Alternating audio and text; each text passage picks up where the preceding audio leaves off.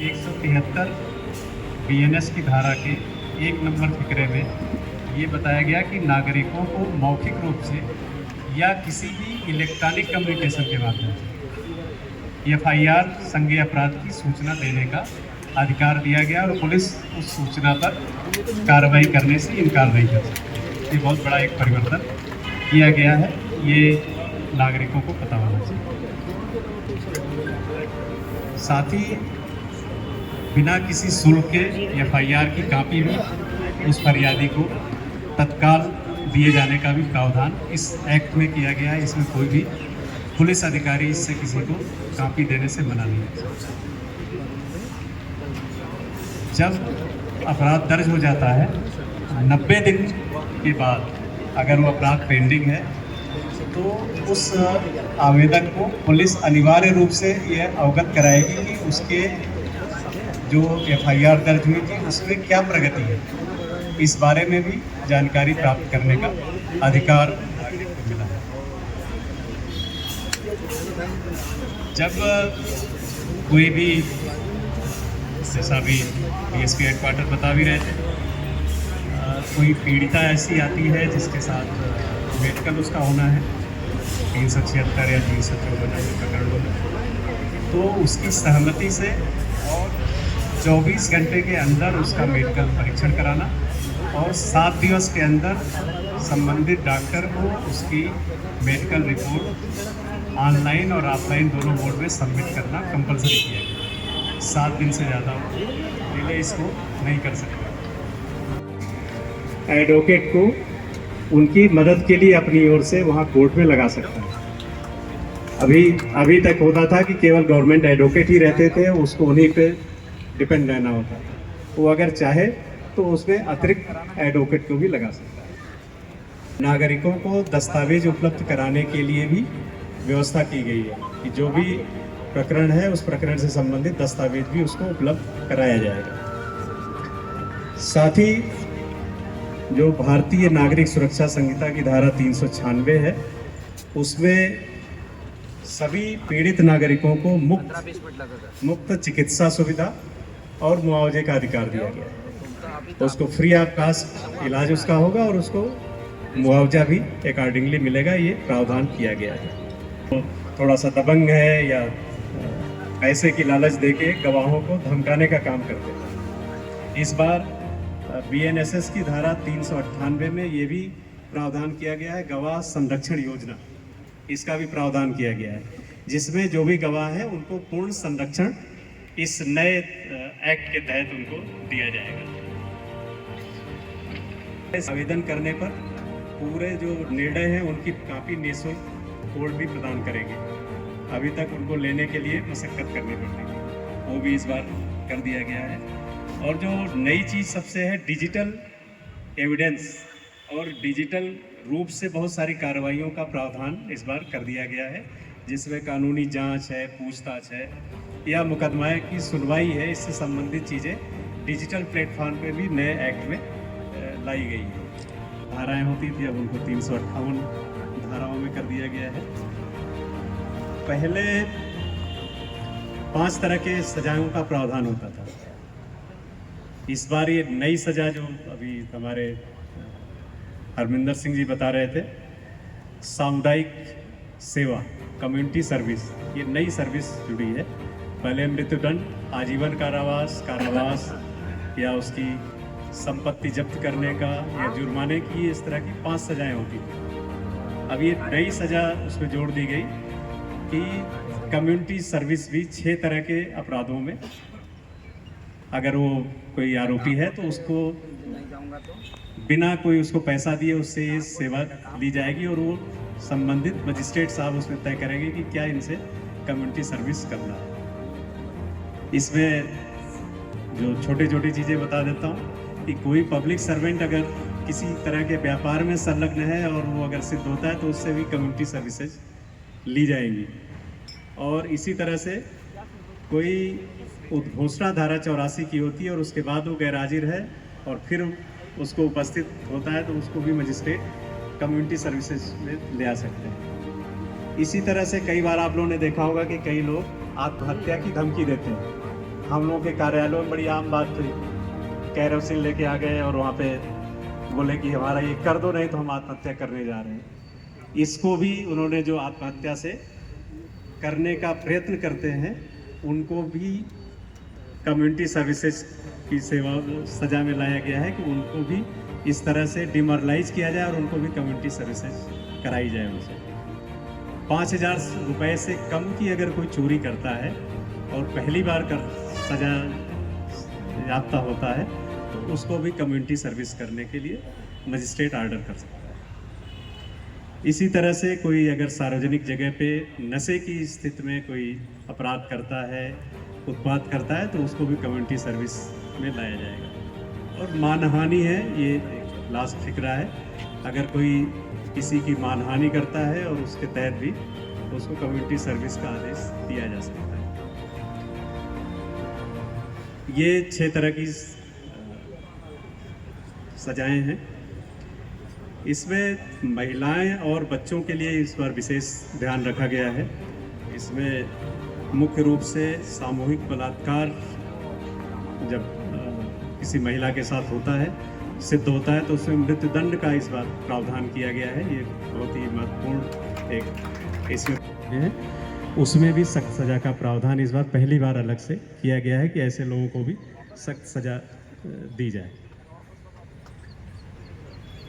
जो CRPC है, इसमें जैसा मैंने बताया टेक्नोलॉजी का उपयोग बहुत ज़्यादा इसमें किया गया।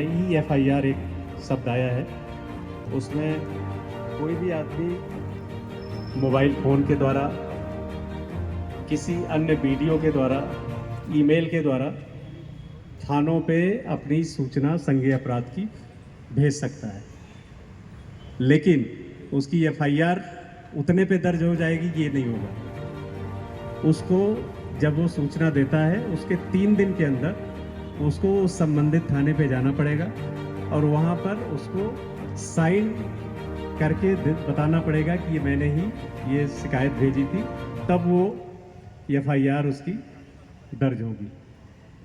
तो ये नया प्रावधान किया गया है। इसके लिए थानों में एक E-रजिस्टर का प्रावधान किया गया है कि इसमें जो सूचना मिली है वो किस माध्यम से मिली, व्हाट्सएप से आई, मेल से आई, कैसे आई। और उस आदमी को, पुलिस अधिकारी का भी ये कर्तव्य है कि जब सूचना प्राप्त हो गई तो उसको बताए कि 3 दिन के अंदर आपको थाने पे आके ये सूचना जो आपने दी है इस पर हस्ताक्षर करने होंगे। तो ये नए प्रावधान है, पहले इस तरह की कोई सुविधाएं नहीं होती थी।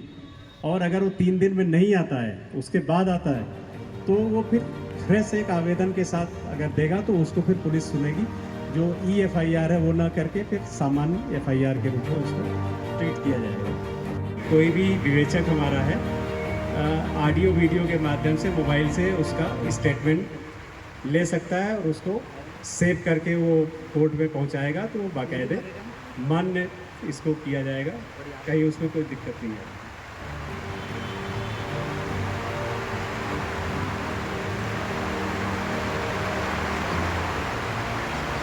नया प्रावधान ये किया गया है कि जो तलाशी और जब्ती है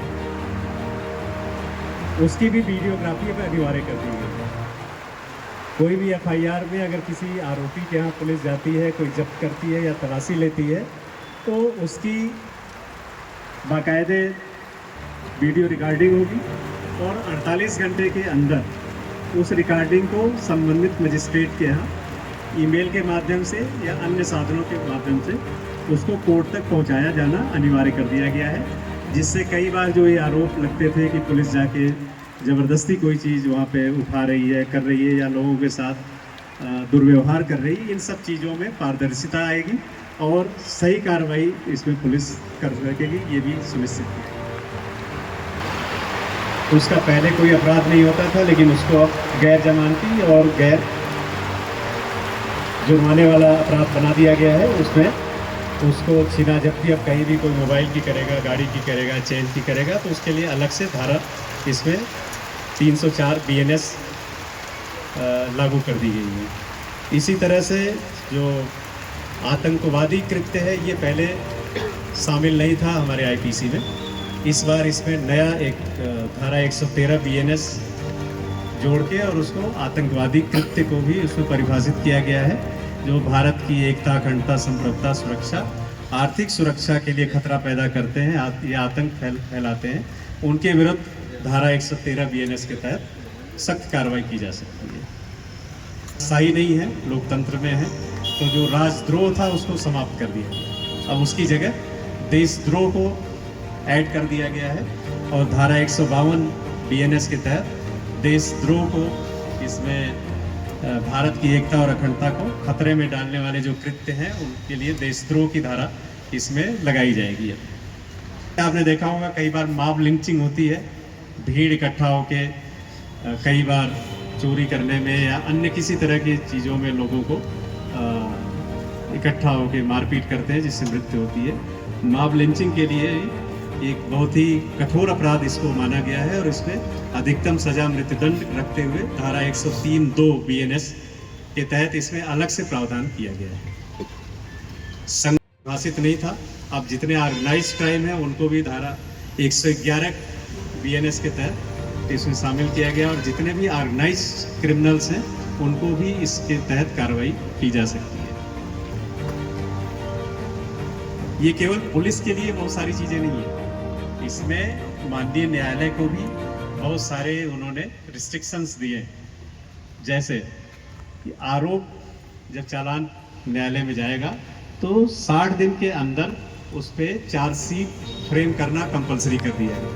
कई बार अभी हो रहा था कि सालों साल उसमें लग जाते हैं, चार्जशीट ही फ्रेम नहीं हो पाता। वो एक इसमें टाइम लिमिट कर दी गई कि 60 दिन में इसमें चार्जशीट आपको फ्रेम करना पड़ेगा और आरोप तय करने के 90 दिन के बाद जितने उसमें उद्घोषित अपराधी हैं उनकी उपस्थिति हो या अनुपस्थिति हो उसका ट्रायल शुरू हो जाएगा। ये नहीं है कि वो बोलेंगे कि वकील साहब लोग डेट लेते रहते थे और बढ़ता रहता था, अब ये नहीं है।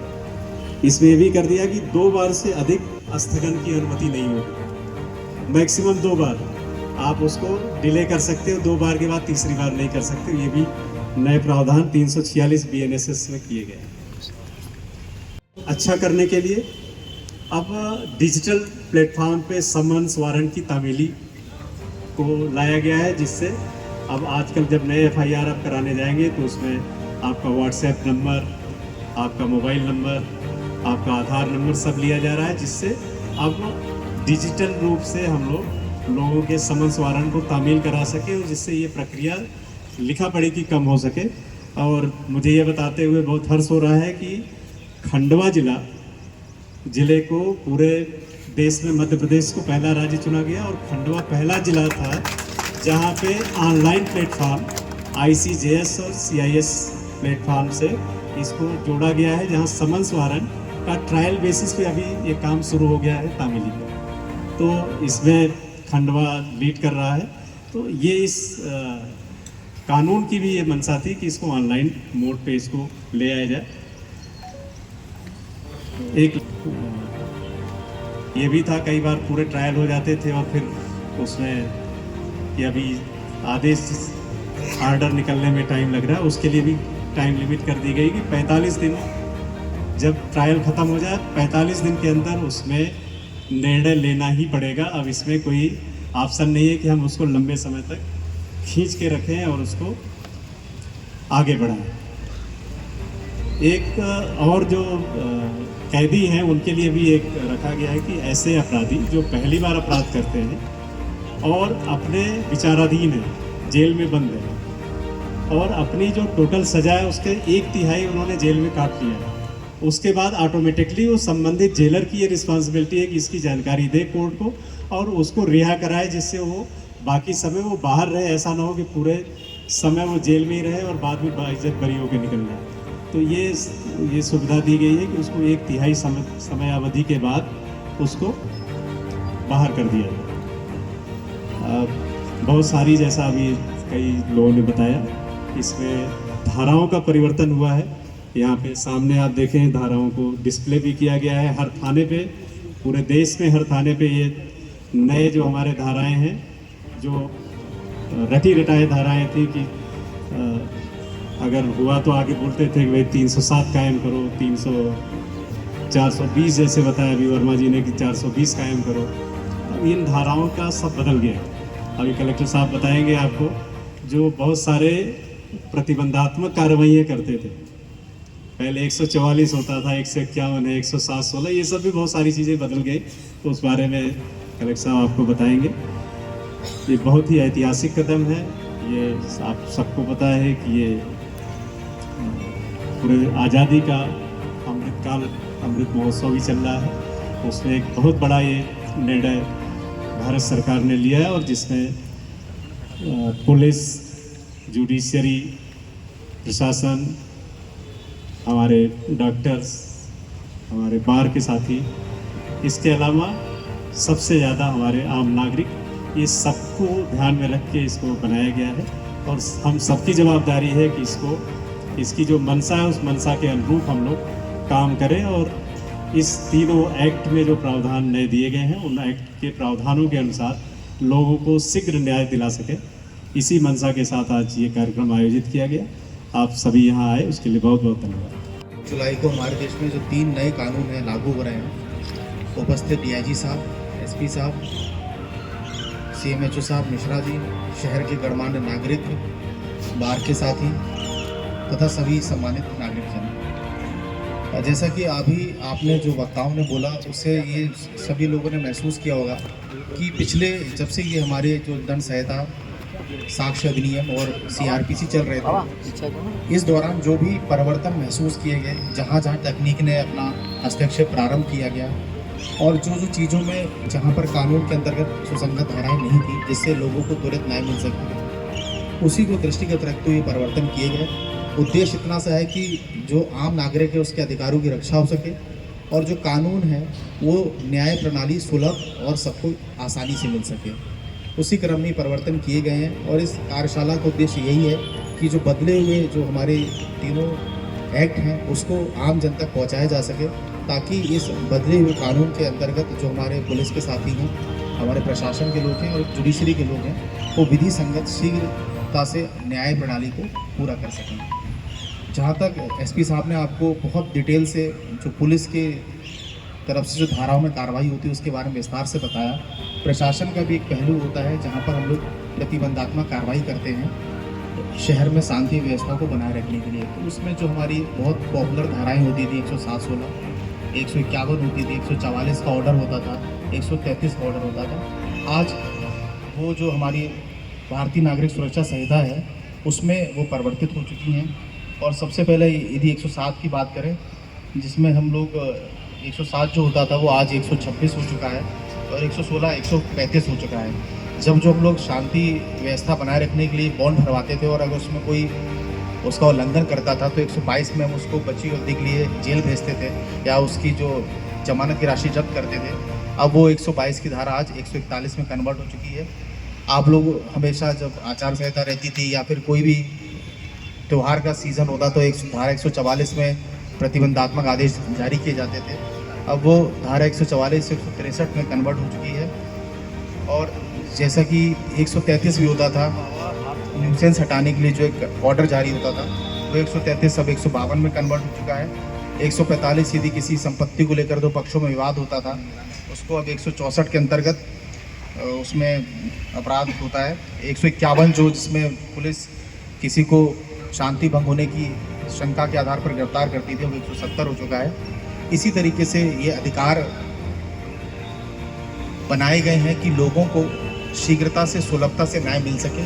और मेरा आप सभी, चूँकि आप लोग जागरूक नागरिक हैं, आपसे यही आग्रह रहेगा कि इन कानूनों के बारे में जो नई संहिता लागू हुई है इसके बारे में स्वयं भी जागरूक हों, लोगों को भी जागरूक करें। और इस तरीके के कार्यक्रम अभी सभी जगह ज़िले में सभी थानों पर हो रहे हैं और आगे भी होते रहेंगे, ताकि सब लोग इसको लेटर और स्पिरिट में अच्छे से फॉलो कर सकें और एक बेहतर समाज और एक बेहतर न्याय प्रणाली का हम लोग सब लोग हिस्सा बन चुके हैं। आप सभी लोग यहाँ पधारे। इस कार्यक्रम में आपने सभी चीज़ों को सुना और आगे भी इसको हम कम्युनिकेट करेंगे, इसलिए आपका बहुत बहुत धन्यवाद। Thank you. हमारे एसपी महोदय, अध्यक्ष मिश्रा जी, सीएमएचओ साहब, हमारे बीच में उपस्थित इस खंडवा शहर के गणमान्य नागरिकगण, जनप्रतिनिधिगण, अधिवक्तागण, लॉ स्टूडेंट्स, मीडिया कर्मी और सभी लोग, किसी भी कार्यक्रम में जो लास्ट में बोलने वाला व्यक्ति होता है उसकी बड़ी हालत खराब होती है। उसके सारे पॉइंट जो है पहले वाले बोल जाते हैं। अब उसको समझ में नहीं आता कि वो जो घर से तैयार करके लाया था उसको रिपीट करे कि एकदम से क्या नई स्टोरी होता है। और दूसरा जो बैठे वाले रहते हैं उनको भी मालूम है कि लास्ट वाला है तो कि जल्दी ख़त्म करे तो हम उठे। तो वो स्थिति है, लेकिन अब आपको थोड़ा सा तो मेरे साथ सहयोग करना पड़ेगा। मैं इसको एक तकनीकी या बहुत विधिक रूप से बात न करके एक हमारी आपकी बात करूँ, ठीक है। पहली बात ये, कार्यशाला आपके लिए क्यों जरूरी है, आपको ही क्यों बुलाया गया। आप सब देखिए, शहर के वो लोग हो जो कहीं ना कहीं किसी वर्ग या किसी क्षेत्र में अपना प्रभाव रखते हो। आप दुकान में बैठते हो तो 4 लोग आपसे आके बात करते हैं, तो नया बजट क्या है उस पर आप कई बात बोलते हो, वो बात कहीं ना कहीं 4 लोगों के बीच में जाती है। ये नई सरकार बन रही है, ये सरकार से हमारी क्या आशा है, वो बात कहीं ना कहीं जाती है। आप वो सारे लोग हो, चाहे किसी भी फील्ड में काम कर रहे हो, लेकिन आपका समाज का जो जमीनी स्तर है, जो कॉमन सिटीजन है, उससे आपका अप्रोच है और आपका संवाद है। इसलिए आपको बुलाया गया है कि आपको ये जानना जरूरी है कि ये क्या नई व्यवस्था है, ताकि जब आप बीच में जाके लोगों के बोलेंगे अपनी भाषा में, उनके रियल एग्जाम्पल से बात करेंगे, तो लोगों को थोड़ा बहुत आइडिया मिल पाएगा। थोड़ा बहुत इसलिए, मैं IPS अधिकारी हूँ, बहुत सारा अनुभव है, लेकिन अगर आज ही डॉक्टर साहब मुझे बोले कि मलेरिया के इलाज का हमने एक नया तकनीक खोजी है और वो उस तकनीक को मुझे 2 घंटे तक भी समझाएंगे तो मुझे नहीं समझ में आएगा। मुझे तो बस ये पता चलेगा कि भैया मलेरिया के इलाज में पहले हम पेनिसिलिन खाते थे या हम फलाना एंटीबायोटिक खाते थे, अब हमको क्या खाना, ठीक। तो हम आप सब बेसिकली किसी न किसी चीज़ के यूजर एंड पे हैं। हमको एक सर्विस मिलनी चाहिए, वो सर्विस का तरीका क्या होना चाहिए हमको वो जानना चाहिए। उस सर्विस का जो अंदर का टेक्निकल एस्पेक्ट है उससे हमको कोई मतलब नहीं। हम रेस्टोरेंट में जाते हैं, खाना खाते हैं, हम ये थोड़ी जानते हैं कि ये जो कुक है उसने बगल वाले राजहंस भोजनालय की तुलना में इससे क्या डिफरेंट बनाया, फलाने मधुरम की मिठाई अच्छी है, हमको इससे मतलब, ठीक। तो बस हम वो वाली बात करेंगे कि जिससे आप जब यहाँ से वापस जाओ तो आप कुछ बता सको कि हाँ क्या हुआ है। अब मैं आप सबसे एक प्रश्न पूछता हूँ, सोचिएगा, आज के दिन कहीं भी आप खंडवा शहर में हैं, आपसे कोई एक अनजान व्यक्ति या परिचित व्यक्ति आता है और आपसे सिर्फ एक चीज बोलता है, आप तो बहुत 318 टाइप के आदमी हो, आपको समझ में नहीं आएगा कि क्या बोल के चला गया। यही व्यक्ति 24 घंटे पहले आपसे मिला होता और आपसे बोलता आप तो बहुत 420 टाइप के आदमी हो, तब क्या आपका रिएक्शन होता? ये फर्क है 420 और 318। जो पहले 420 था वो 318 हो गया है, ठीक। 302 103 हो गया है। तो बहुत सारी कुल मिला के एक मेजर कहने की बात है कि धाराएं बदल गई हैं। बाकी मर्डर है, चाहे वो पहले 302 के नाम से जाना जाता हो, चाहे 103 के नाम से अब जाना जाता हो। तो धाराएं बदलना इस पूरे परिवेश का एक सबसे बड़ा वो है कि धाराएं बदल गई हैं। आप यूज्ड टू हो जाओगे, हम भी यूज्ड टू हो जाएंगे, लेकिन आपकी ये जनरेशन इसकी गवाह है। आजादी के बाद का ये सबसे बड़ा परिवर्तन है। आपको मालूम है जिन कानूनों पे हमारी भारतीय न्याय व्यवस्था टिकी हुई वो कब के थे? इंडियन पिनल कोड 1860 का था, भारतीय दंड प्रक्रिया संहिता 1862 की थी और हमारा भारतीय साक्ष्य अधिनियम 1873 का था। आप सोचिए कितना समय बाद हमने साहस किया है समाज ने उसको बदलने का। तो जो इतना बड़ा साहस है उसको जानने का हमको हक बनता है। तो मेजर चेंजेस क्या हुए, जैसे मैंने एक बताया कि धाराएं बदल गई हैं। जो धाराएं आप पहले किसी और नाम से जानते थे अब वो कहीं और जाने लगी। दूसरा सबसे बड़ा परिवर्तन आया सोच में, क्योंकि वो एक्ट किसने बनाए थे? अंग्रेजों ने बनाए थे। अंग्रेजों ने बनाए थे, कहीं ना कहीं उनका अपना उद्देश्य, अपनी जो उन्होंने इस भारत पे अपना कब्जा जमाए रखा था, वो एक बाहरी शासक थे, उस पकड़ को मजबूत रखने का था। इसलिए उन्होंने जो एक्ट बनाए थे वो उनके हित के थे, या जहां मेजर क्राइम होते थे। मेजर क्राइम किसको बोलेंगे? जहां मर्डर हो, जहां पे शासकीय धन का गबन हो। ये दोनों चीजें किसके पास थी? अंग्रेजों के पास थी। बंदूक उनके पास थी, ट्रेजरी उनके पास थी, कंपनी उनके पास थी। इस वाले अपराधों को सबसे ज्यादा महत्व दिया गया था। लेकिन ये जो अब हमारा जो नया एक्ट है उसमें इनसे भी ऊपर किसको महत्व दिया गया है? राष्ट्र को।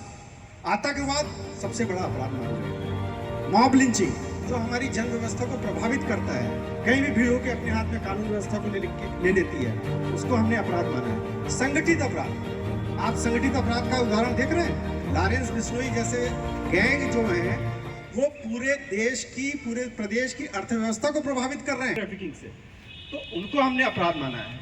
और महिलाओं और बच्चों की सुरक्षा को माना है। 18 साल से कम उम्र की महिलाओं के साथ में रेप या गैंग रेप एक बहुत ही क्रिटिकल पनिशमेंट हो गया है। जिन महिलाओं को किसी भी कारण से शादी का या नौकरी का लालच देके उनका शारीरिक शोषण किया जाता है, उसको हमने अलग अपराध मान लिया। चैन स्नैचिंग या किसी भी प्रकार की स्नैचिंग, मतलब आप ये देखिए इसमें कॉमन आदमी जुड़ा है। कॉमन आदमी को जहां पर प्रॉब्लम होती है उन सबको कहीं ना कहीं इस पूरी व्यवस्था में एड्रेस किया गया है। अब आप रुपए निकाले बैंक जाते हैं कितने, आजकल तो फोन पे आ गया, घर बैठे आप पेमेंट करते हैं। आप क्या ट्रेन में जाने से पहले रिजर्वेशन करने के लिए लाइन में लगते हैं? नहीं, IRCTC या कितनी सारी मेक माई ट्रिप वेबसाइट है उस पर करते पे बैठे कर सकते हैं। तो न्याय क्यों आप अपने घर से नहीं करते? इसलिए आपको EFIR दिया गया है कि आप घर बैठे EFIR से अपनी FIR कर सके। जिस समय आपके साथ घटना हो रही है आप तत्काल सूचित कर सकें। डायल 100 से लेकर दुनिया भर के बहुत सारे पोर्टल हैं। सबसे बड़ा जो क्राइम आज की डेट में हम सब के साथ हो रहा है, कौन सा? Cyber crime. उस साइबर क्राइम का भी आप घर बैठे 1930 में डायल करके सीधे सीधे जो है अपनी सूचना दर्ज करा सकते। तो ये जो बदले हुए कानून है ये आपको आपके घर तक ला रहे थे। पहले आपको न्याय की दहलीज पे जाना पड़ता था, लेकिन अब कानून की मंशा यह है कि कानून बढ़ के आपके दरवाजे पे आए। अगर आप अपराधी नहीं हैं और किसी भी कारण से आपने न्यायिक प्रक्रिया में सहयोग किया है, as a victim, as a आपने साक्षी सहयोग किया, तो आपको उसकी गवाही के लिए कोर्ट में जाने की जरूरत बिल्कुल नहीं है। आपका घर बैठे वीडियो कॉलिंग के थ्रू आपका जो है स्टेटमेंट हो सकेगा। और उसके लिए भारतीय साक्ष्य अधिनियम में बदलाव किया गया है। पहले वो एविडेंस सेकेंडरी एविडेंस होता था, वो प्राइमरी एविडेंस।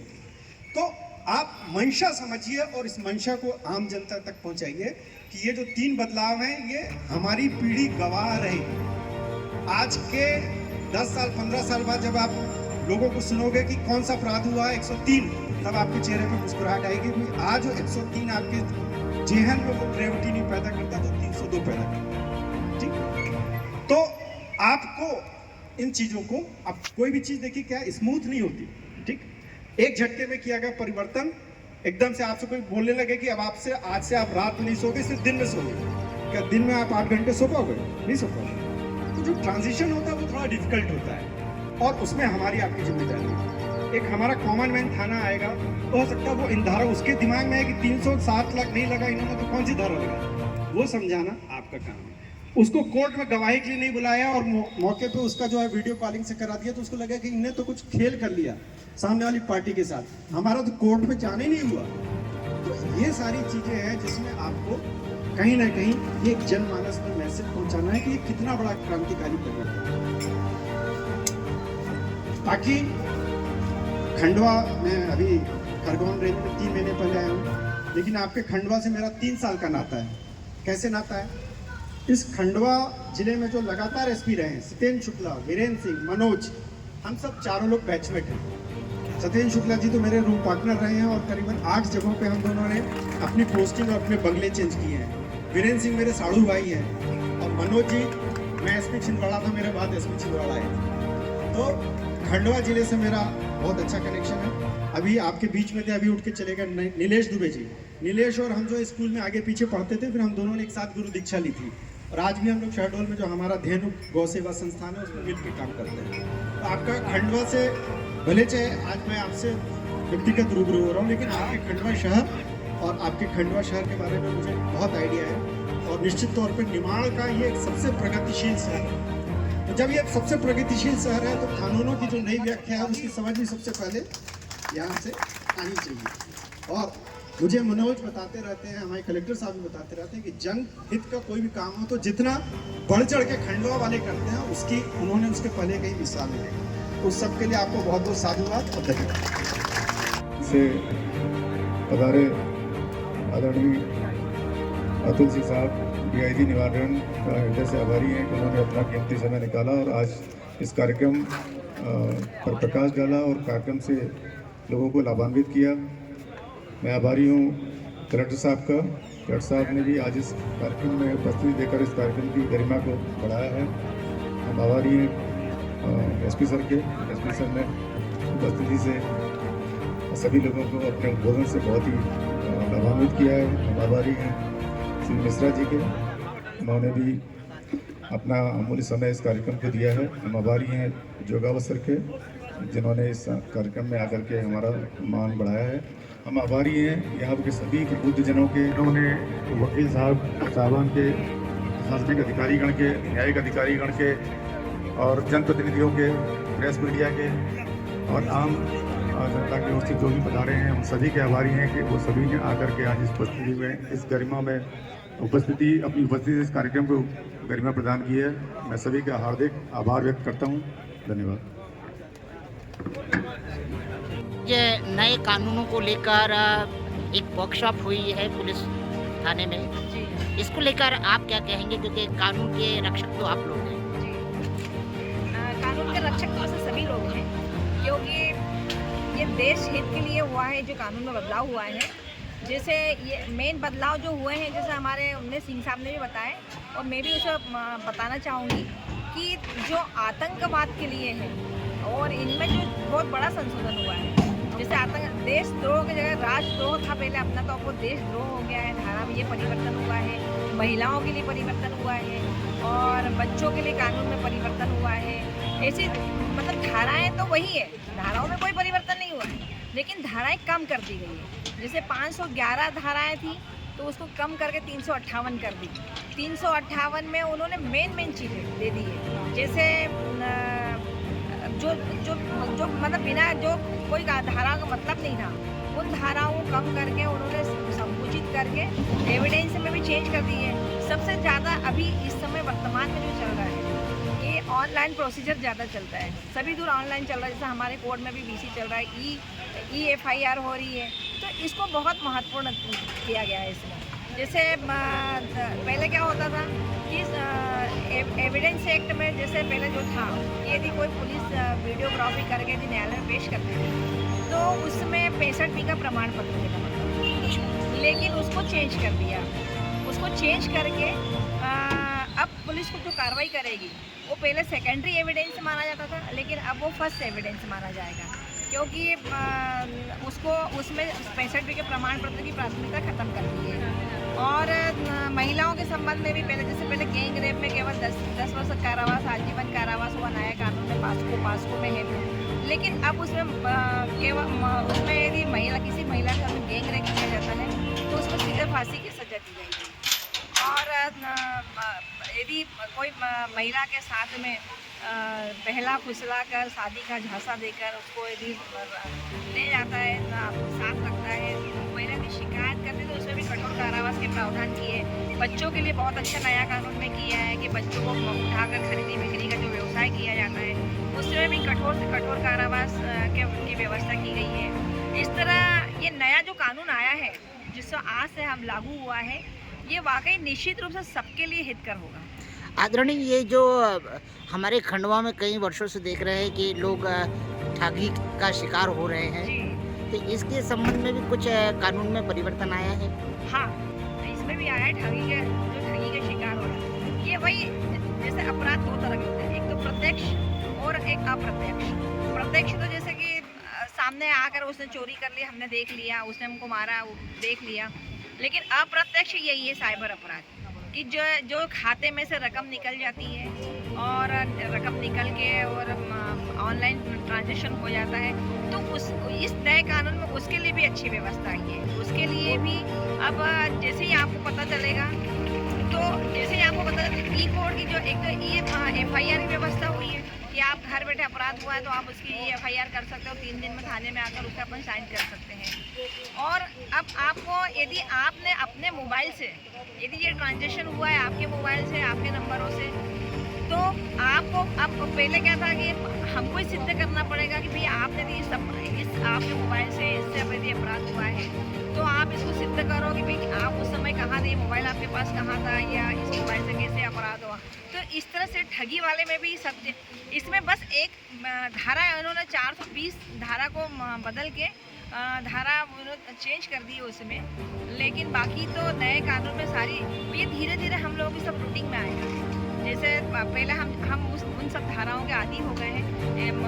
सारे थानों में बहुत अच्छी व्यवस्था की है कि उन्होंने धाराओं का पूरा बोर्ड लगा दिया गया है कि कौन कौन सी धारा चेंज हुई है, कौन सी धारा के बदले कौन सी धारा लगेगी। एक का नाम चेंज हुआ है, जैसे भारतीय दंड संहिता तो उसको भारतीय न्याय संहिता कर दिया है, और भारतीय दंड प्रक्रिया संहिता को भारतीय नागरिक सुरक्षा अधिनियम कर दिया है। तो इनके नाम भी चेंज हुए, धाराएं भी चेंज हुई।